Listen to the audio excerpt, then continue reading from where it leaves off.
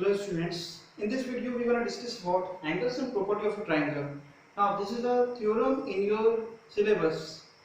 In this theorem we need to prove that for any triangle, any kind of triangle, whether that is this ABC triangle or this small one PQR triangle or a very large one, means for any kind of triangle, the sum of these three angles is always your 180. Means angle means this. The sum of these three angles is always equals to 180. Now, since this is the very first theorem, you need to keep few things in your mind that whenever we are going to prove theorem, there are 4 or 5 points that we need to mention according to the format of this theorem. First thing is what is given. It is just mathematical statement of the things or the statement part of this theorem that is needed to be proved. Given. To prove means what is your objective, what you need to prove, whatever you do, what will be the conclusion of that. This is your construction. If there is any need of any construction, like if you need to draw any angle, lines, perpendicular, anything, so that will comes under construction. Then your final thing, your proof or your solution, up to where you are starting, means whatever you are going to do, it will start from here. The solution for all this, getting this objective. So now, in the given part, what do we need to write? That ABC is a triangle.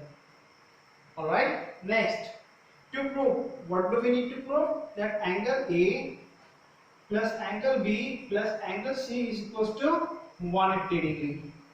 Then, construction, do we need to make any construction? So, obviously here we need to make a construction, and that is, we draw DE parallel to BC from vertex A. Means we need to draw a line DE which is crossing from this A and is parallel to this BC. So if this is your DE, this is nowhere given. We are constructing this particular line DE parallel to BC. Alright. Now, if you have written these three things, your 50% work is done. Coming to this proof part, how we can prove? Now, if we have constructed this parallel line to this BC, can I say that if this is your angle B, then this angle will be also B. For example, suppose if I say that this is your X, this is your Y, this angle A is Y, and this is your Z.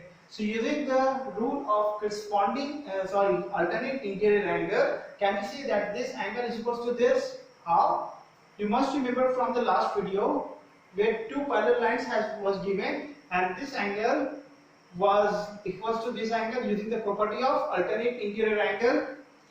So can I say similarly here also that this angle and this angle will be equal? So this particular angle is X. In case of C also, this will be your Z. Alright, so this is all you will write from the language part. You just look into the book what is written as a language part. Means the word language is given in the book already. So here, can we say that when this DE is a line, so angle X plus Y plus Z is equals to 180. Now in place of this angle X, can I write angle B? In place of angle Y, can I write angle A? In place of angle Z, can I write here angle C? And obviously they are giving you 180. So now if you arrange them, then you will see that you can write angle A plus angle B plus angle C is equals to 180. So this is what we need to prove. That's it. Alright. For this language part, please go through the book. Alright, because we don't have enough place here to write each and everything. So please go through the book once. Alright. So this is all about your angle properties, angle sum property of a triangle. Now, what is the use of this angle sum property of triangle? Why do we need to learn about this one? For example, suppose if there is any angle given, there is a triangle given, and if you have been given two angles, this is your 50 and this is your 70. Now can you find this angle using this angle sum property? Let us suppose this angles to be x. Now we know that this particular angle sum property is applicable for any type of triangle, whether this is this triangle, isosceles, or obtuse, acute, any kind of triangle. This particular thing is applicable. So when you are going to apply this angle sum property, you will say x plus 50 plus 70 is equals to 180. And remember, wherever you are writing such kind of a statement, within bracket you need to justify why you are writing this thing. You need to write here angle sum property, or angle sum property. If you wish to write it in full form, angle sum property of a triangle, that also you can do, or else you simply write ASP. ASP means angle sum property. So now you will see that x is equals to, you need to solve it stepwise. So this is x plus 120 is equals to 180, and x is equals to 180 minus 120, and this will give you 60. So this x actually is equals to 60. So this is a way or where you need to apply this angle sum property to find the other angles and so on. So such kind of questions you may have. Let us take another example.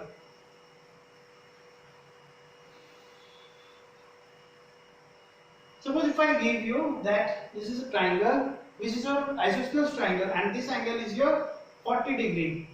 Now if this is your isosceles triangle, then what does it mean? That its two base angle will be equal. So this is equals to x and this is x. Because in case of isosceles triangle, what happens that two base angles are always equals as their corresponding sides are also equal.